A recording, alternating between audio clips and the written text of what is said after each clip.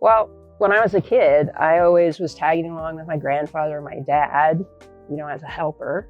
And then they found out that I was really useful at helping take things apart and mostly being able to put things back together. So they pretty much, they and some older friends of the family who were actually technicians on the space shuttle encouraged my dad to encourage me to go into engineering.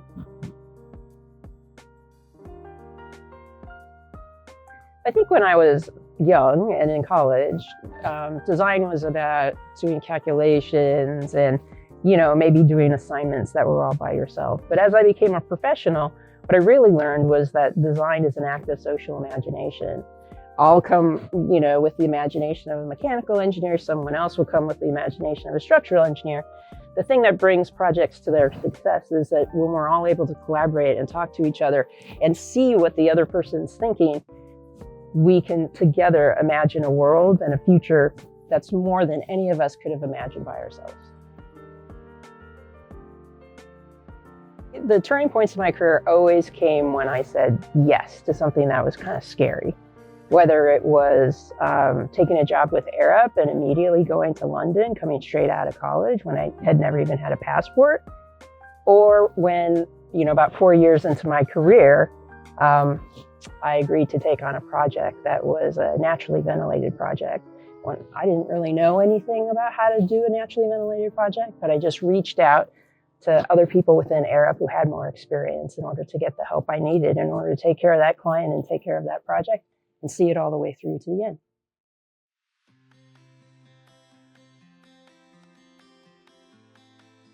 Well, the Denver Art Museum was particularly meaningful because it was the first time that we had used 3D building information modeling, or BIM, for mechanical services on a project.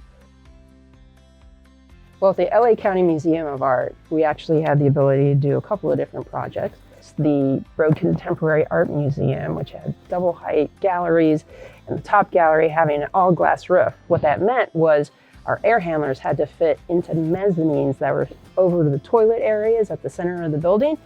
And so the only way for us to really confirm that that was going to work was to apply these 3D BIM solutions in order to do tight coordination in order to make all of that fit.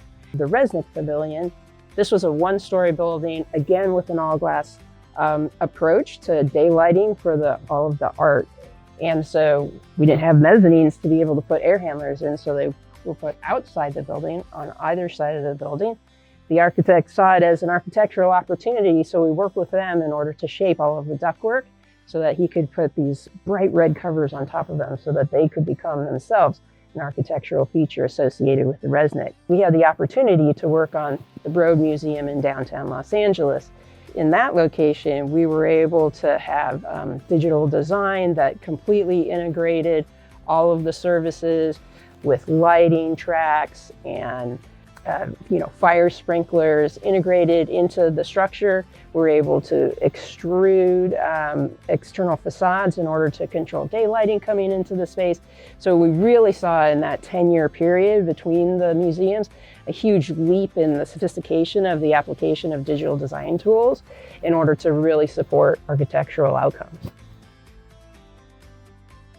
In the San Francisco Federal Office Building, we had the opportunity to apply natural ventilation because of the wonderful climate in the San Francisco Bay Area.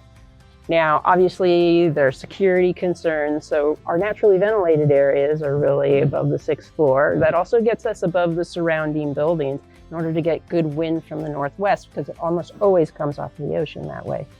Now, in those 120,000 square feet of naturally ventilated office space, we have a much lower energy use per square foot as compared to other fully air-conditioned spaces within the San Francisco Bay Area. The wonderful thing about working on Spruce Goose and Gradient Canopy was that the design for them ran in parallel. And so what we were able to do was to work with Google stakeholders in order to take advantage of the unique characteristics of each site. Spruce Goose down in Southern California, Gradient Canopy up in Northern California. At Spruce Goose, we were able to add a modern building within the original wood exoskeleton in order to add modernizations, renovations, and air conditioning that would allow that original 100-year-old wood to remain visible to the occupants inside.